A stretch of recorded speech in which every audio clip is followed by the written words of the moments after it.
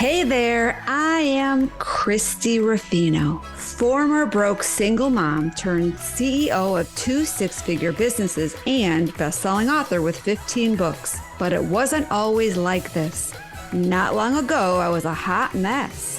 Yes, I did a lot of things right, but mostly I was throwing spaghetti on the wall to see what would stick.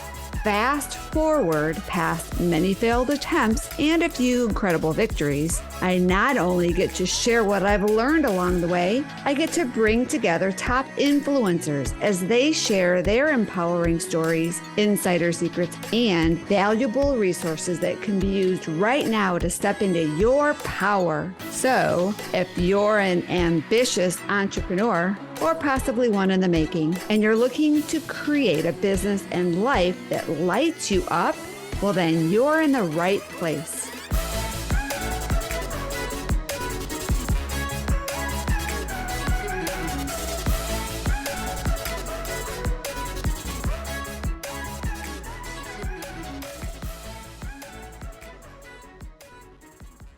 Well, hello, everybody, and welcome to another episode of the Mastery Unleashed podcast. I am Christie Ruffino, the host of the show, and maybe you are here for the first time. If so, I just want to say welcome. Glad to have you. We host every week some new guests, and they share their stories and their strategies to help fuel your success.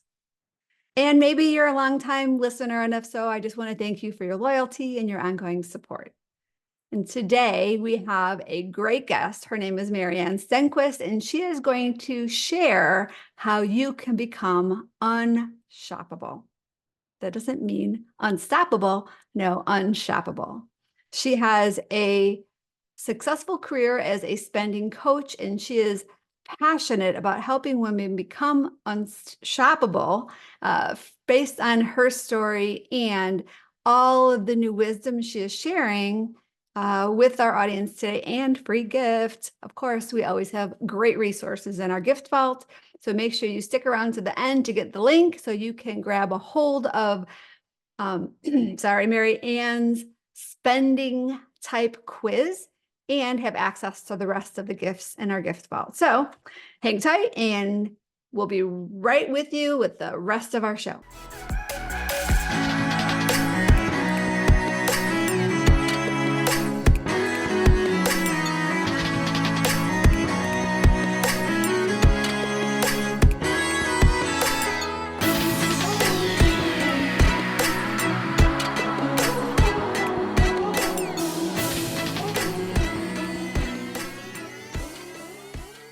Well, hello, everybody, and welcome to today's show. I am really excited to introduce you to my guest today. I met her just about 5 minutes ago.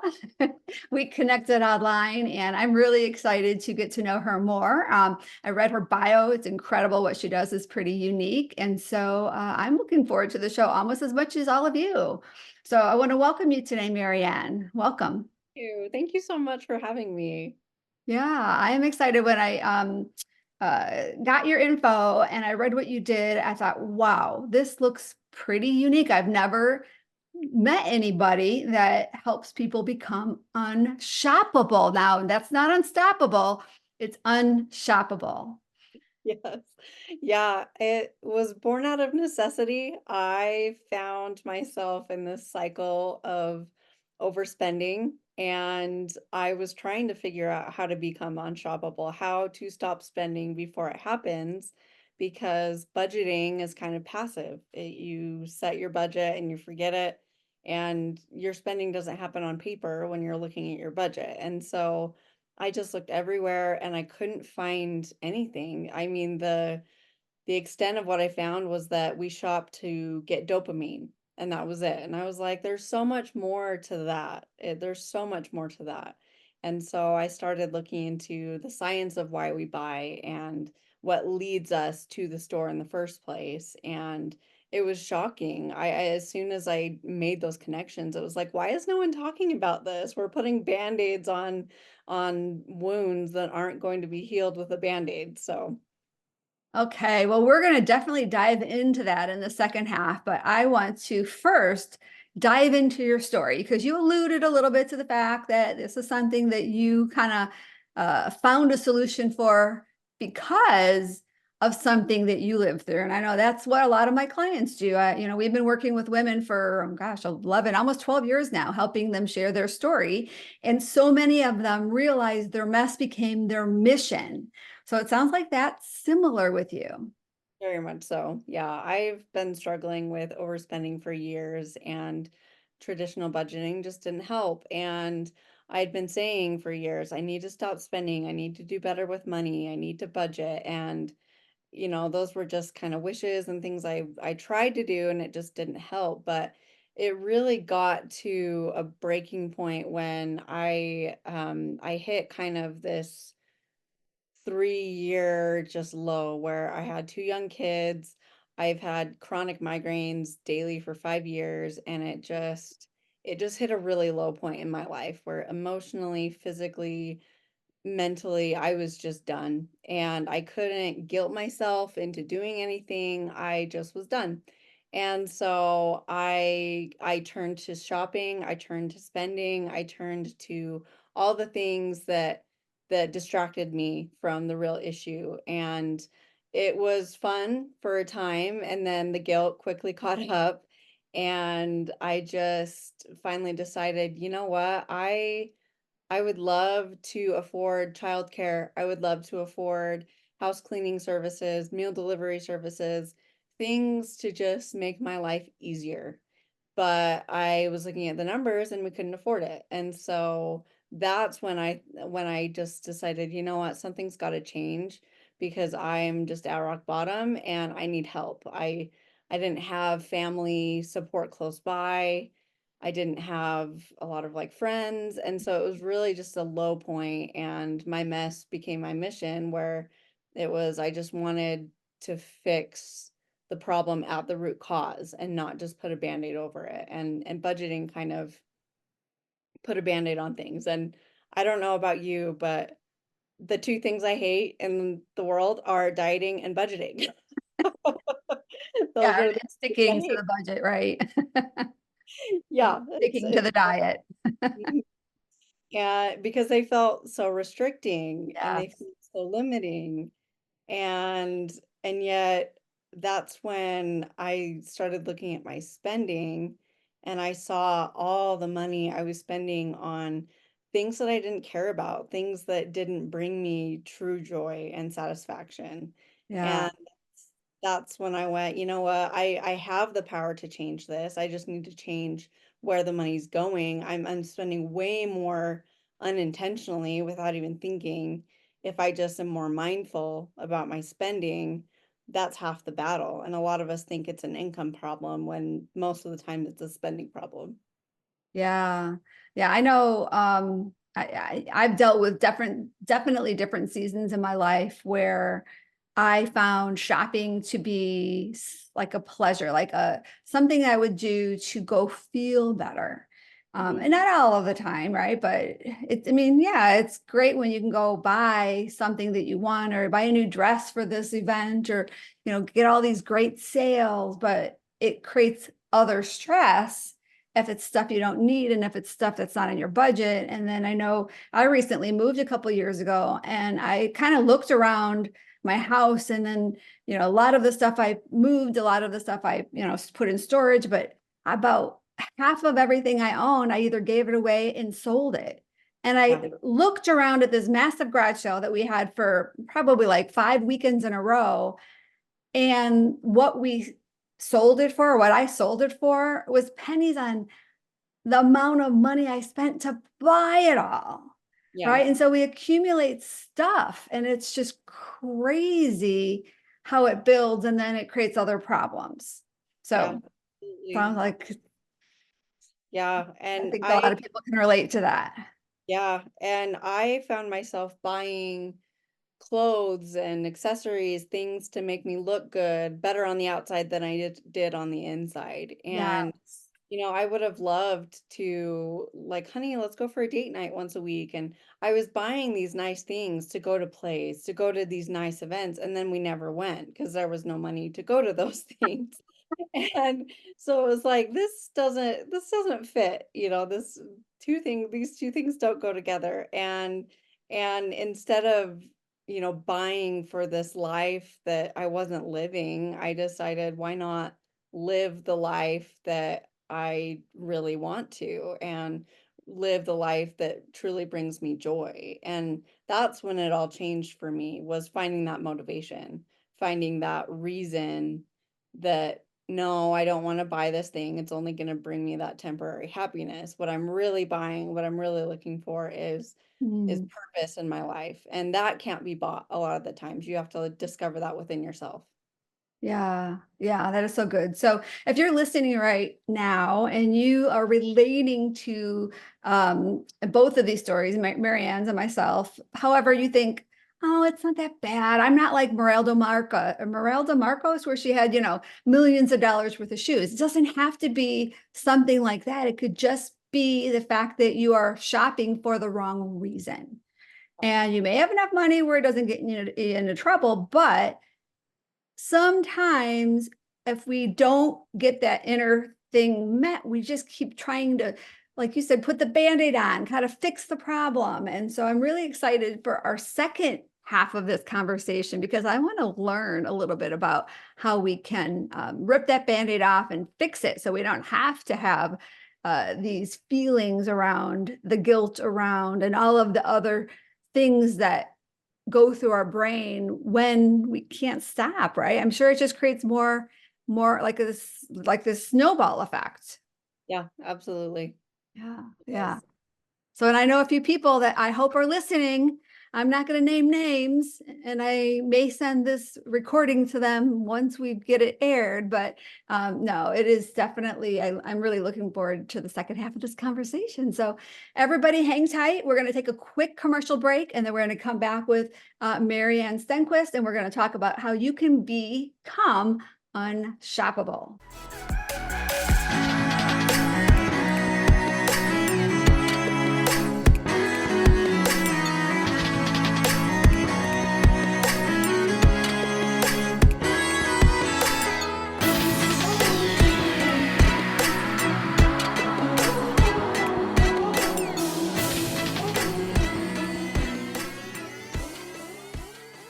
Well, hello, everybody, and welcome back to the Mastery Unleashed podcast. We're going to be talking about becoming unshoppable. And Mary Ann has built a really thriving business to help her clients do just that. And she has a very unique process. And can you share a little bit about how your approach is different than just trying to will yourself to stop and creating a budget and all of that stuff? You obviously have some sort of a methodology that works. Yes. So with traditional budgeting, we tend to track our spending. And that's where we say, I went to Walmart, I went to Target, and I spent $200. What that $200 doesn't represent is those impulse purchases, things you didn't plan on getting that ended up in your cart. And when I do the spending approach, we're looking at only those unintentional purchases, the things you didn't plan on purchasing before. And when you dissect those, you're gonna say, I bought the candy bar because I've had a hard day and I deserve it. I bought the cute decor in the Target $5 bins because it was on sale and it was so cute I couldn't pass it up. Wait, It's but wait, really, wait, but it was on sale, Mary Ann. I Doesn't it make know, it okay? it's on sale.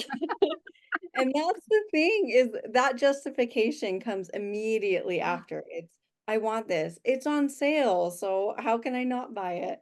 And with that mentality, it's focusing on how much you're saving, not how much you're spending. And we just justify things because we want to rationalize that decision. We want to rationalize why. And it's so interesting you say that. There are different reasons why people buy. Some people, it is the bargain. And for others, it's that the item is scarce. There's only a few left. There's only two left. Or it's very unique and you're worried that you won't have it if you need it. And so there's these things we tell ourselves that's like, well, if I don't buy it, I won't have it. And if we actually play that out in our mind, it's really not that bad. I mean, what happens if we don't have it? If we really need it, we can get it if we really need it. But our brain plays these little tricks on us that say, I just want my need met. That's all the brain wants. Hmm. And the thing that I found the most interesting is it started with why shopping felt like such a need. It wasn't a want for me. And so I wanted to understand why we buy, and it was more than dopamine. And I looked into what drives the urge to buy. And when we experience some kind of deprivation, something that we don't have, that in our brain is like danger. It's like there's something missing, there's something wrong, we need to fix it. And the brain just wants to solve the problem. So when you buy it, it solves the problem. But what's actually going on is there's a need that's not being met, but it's below the surface. So when I said that I was searching for purpose, I was searching for meaning in my life. I started buying clothing and accessories to make me look really good on the outside and give me that appearance of purpose. But when I realized that's what I was searching for and that's what I was buying for, I realized that I find so much more fulfillment in personal development, in my business, in helping people. That brings me so much more satisfaction than any of the clothes in my closet.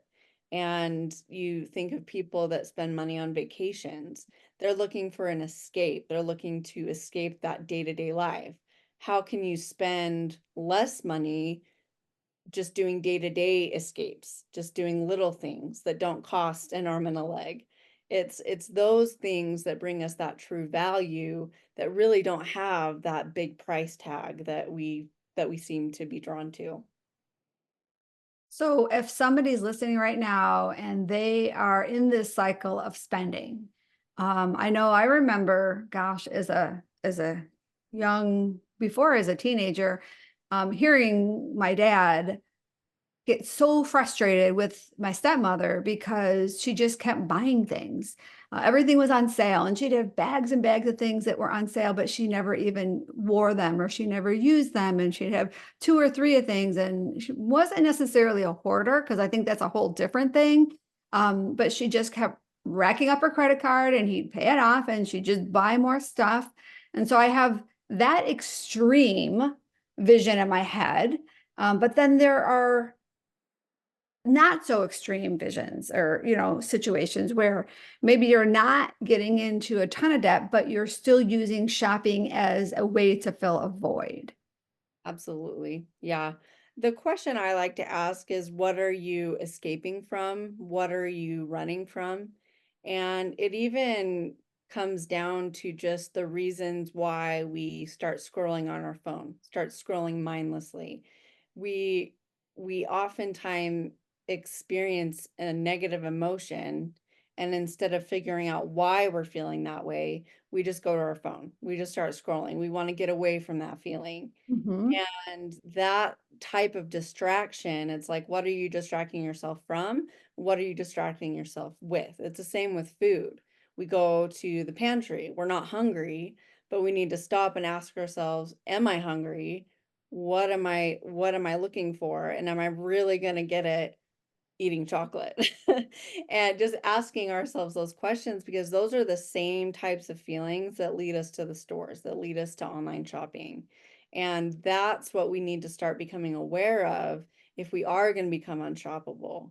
Because by the time we're in the store and have that item in your hand, it's a lot harder to say no than when before you even get in the car and say, what am I going for? Am I going to be inspired to not be bored? Well, that's a recipe for disaster. Yeah. Yeah. Well, and now it's even worse because we can just spend thousands of dollars with a click of our finger, right? Not even leaving our home. We don't have to get dressed. We could do it at 2 o'clock in the morning when we're not able to sleep. We just pick up our phone and can go shopping so easily. And Yeah. so how can you advise our audience if they're in one of those types of a situations, or where they feel that's kind of something that they've become? Sure. I think a good self-assessment to do is to just ask yourself, what do I spend the most money on? And for me, it was clothing and accessories. It was things for entertainment. And I took a step back and said, if someone were to look at just my spending, they would see that I'm very much into appearance and looks and all things material. And they would see that I'm into like having a good time. You know, you only live once. And I just went, those aren't my values. I value my family, I value personal development, and yet my money is being spent elsewhere. And so that's a good assessment. Same with your time. You know, where are you spending your time? Is it the things you value, or is it things that you just like to do to get that quick rush or dopamine? And that really stopped me where it says, wow, my spending doesn't reflect my values. And now that I've been more mindful of that, the spending doesn't have as much control over me because I am more mindful of where my money's going. It's going toward those intentional things. And I find so much more satisfaction in where it's going because I'm not controlled by it. It's not that impossible to overcome urge. It's that I'm becoming unshoppable. And it's something you have to work on every day. We're marketed to all the time. And so we just got to make that desire strong within ourselves to fight it. Yeah, yeah.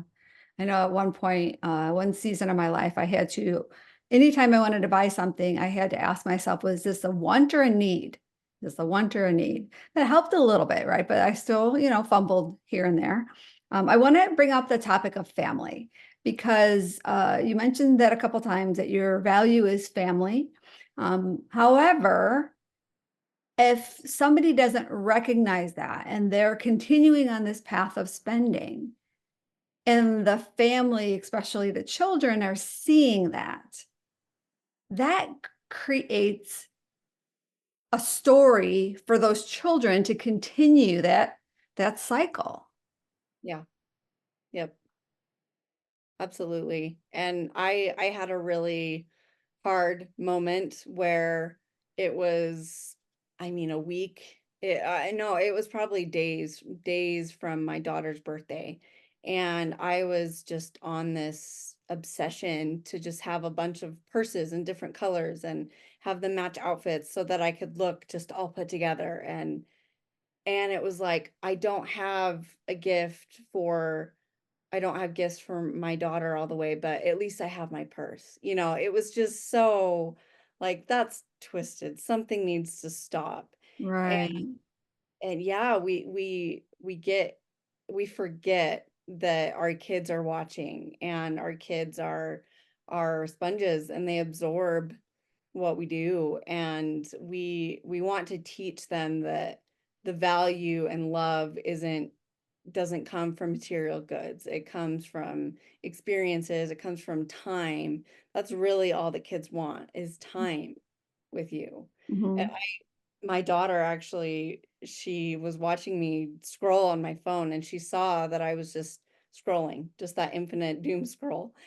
And she asked a very poignant question. She said, "What are you looking for?" Like, I don't know. What am I looking for? And I mean, that's what we can ask ourselves. What am I looking for? Am I going to find it on social media? Probably not.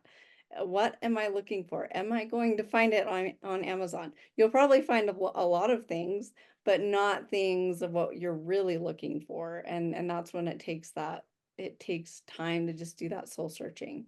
Yeah. Yeah. Well, this has been really good. Very insightful. I know you have a gift that you're going to share with our audience. You want to talk about that? You've got a Sure. quiz that you put together. Yes, I did. So based on my look at my different urges to spend, I identified 6 different spending types or what drives our urge to overspend.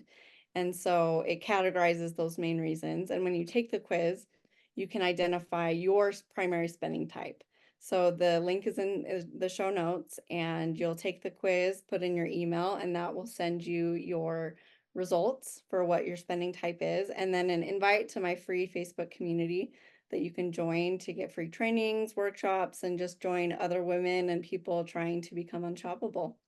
Oh, I love it. I love it. This is great. So yes, thank you, Mary Ann. We'll definitely put the links for you to connect with Mary Ann in the show notes. Links for you to get her free Unstoppable quiz. It's a spending types quiz. So you can identify your unique trigger that causes you to overspend. And yeah, and the link to her Facebook group, we'll make sure that all is in the show notes. So I just want to take a moment to thank you for joining us today. This has been great. I appreciate you spending your time to be able to share this with our audience. Sure. Thank you for having me. And thank you all for listening to another episode of the Mastery Unleashed podcast. We encourage you to go whatever platform you listen to our show and show us some love. If you are on YouTube, if you listen on YouTube, follow us on YouTube. If you're on your iPhone or iTunes, please subscribe or give us a review. Any feedback we have to make our show better, we always want to hear it. But the more support we have from our audience, the better chance we have of continuing to get great guests like Mary Ann here. So thanks, everybody. And most importantly, thanks, Mary Ann. Thanks for listening to the Mastery Unleashed podcast, where we believe that everyone can have the business and life of their dreams by turning their mess into their greatest message and following their purpose to help the people who need their newfound wisdom and resources. To learn more, visit masteryunleashedpodcast.com. And don't forget to subscribe, rate, and review to this show.